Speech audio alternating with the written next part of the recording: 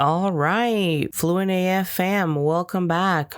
Today, we're going somewhere intimate, linguistic, ancestral, and very on brand for this podcast. But first, I have a question for you. Do you cry in the same language you lie in?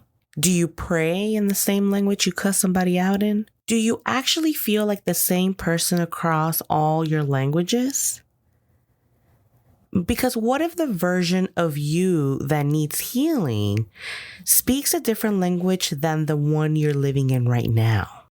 Yeah, today we're talking about therapy in another language, therapy in your grandmother's language, therapy in the language you lost or want to remember or are trying to reclaim. Therapy in the language you're learning. And honestly, this might be the most Fluent AF topic we've ever done because this isn't just about self-discovery. This is about survival. And here's the part we don't talk about enough.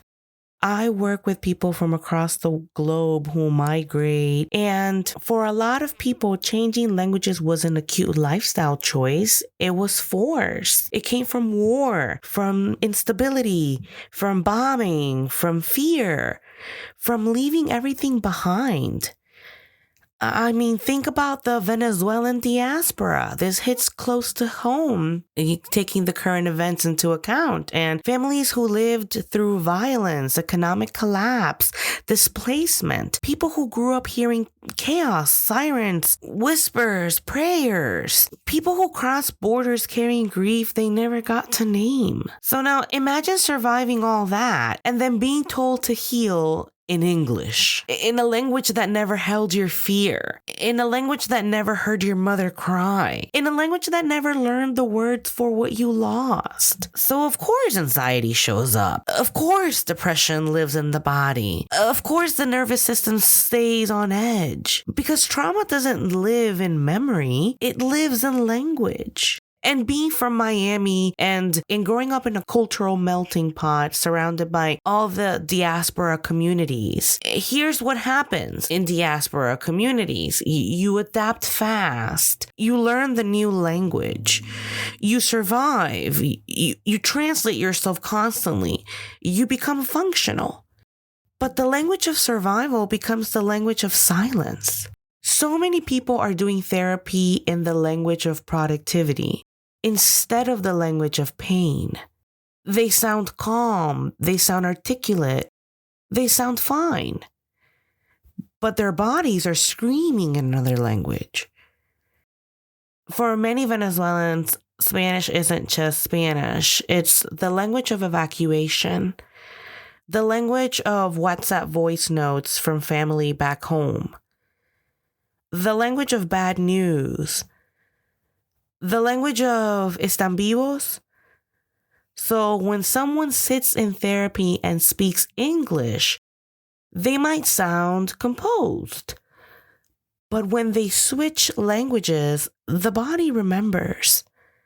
The voice changes. The chest tightens. The grief finally shows up. That's not weakness. That's the nervous system recognizing home. And this is why therapy in another language isn't trendy. It's not an aesthetic. It's not a flex. It's diaspora healing. It's survival healing. It's ancestral healing. Sometimes you need distance, and a second language gives you safety. Sometimes you need access, and your mother tongue opens the door.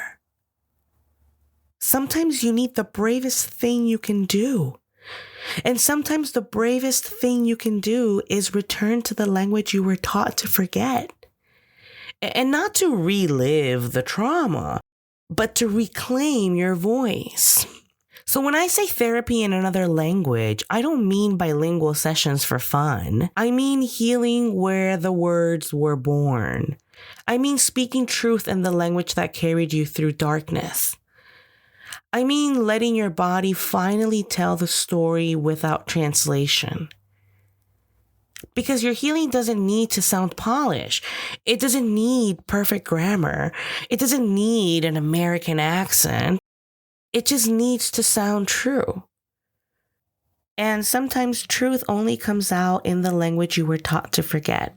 If this episode cracked something open for you, sit with it. Write in that language. Cry in it. Whisper in it. You don't need perfect grammar to tell the truth. You just need permission.